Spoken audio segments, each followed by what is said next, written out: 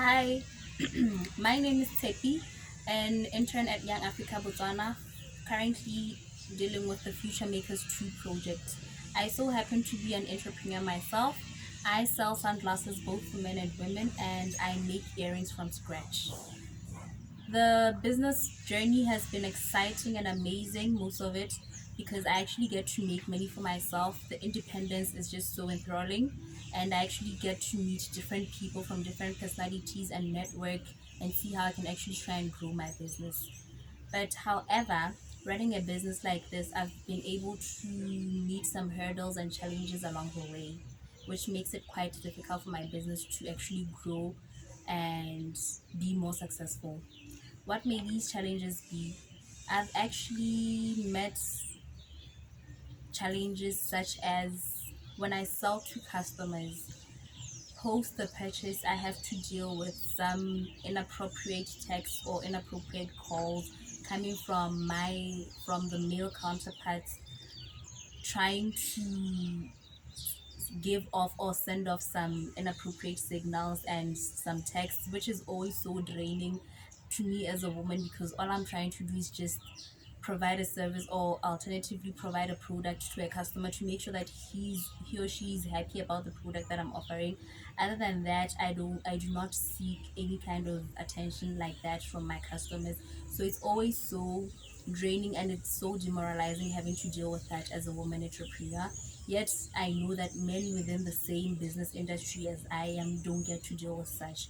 So I deem this as a very challenging thing to do, more especially that I'm trying to make a living out of my business.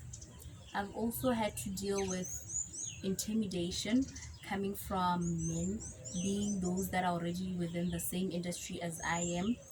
For instance, when I try to benchmark and see how I can actually grow my business and tap into new markets from men's businesses that have already been successful and have been able to tap into the markets that I may want to tap into, or something bigger than that, or they're operating at a bigger scale. So whenever I try and benchmark from them, there's intimidation that you're a woman, you can never be able to do this, you're too sweet, or you're just too soft to actually run a business on a large scale, which is demoralizing as well. No one wants to hear that they cannot do something, because once I tell myself that I can actually do this, I want to grow my business, I want my business to grow and to tap into different or larger markets. I know I can do that. I just need to benchmark from the right companies or the right businesses to do so. So when I get such feedback or such attitude from these men, it hinders me and it actually limits my ability to grow as a business owner. Also, the intimidation can come from employees that I have to try and deliver what I sell to people, because men have this belief that they cannot be led by a woman, because traditionally when we're being brought up we're taught that men are the ones that will always lead. A woman can never lead a man. So when they get to see that the person being or the person giving out orders or the person in leadership is actually a woman like I am, it becomes very difficult. They don't even deliver, they just do everything at their own time. At the end of the day, the business doesn't succeed, and that is not what we want.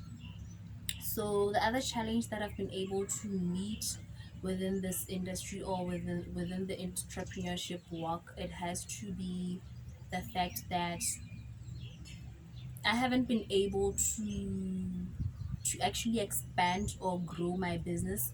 There are limitations as to what I can actually improve my business with, looking at the fact that I need funds and capital. My business right now, it's up and running, but all the capital and all the funding is from my personal pocket.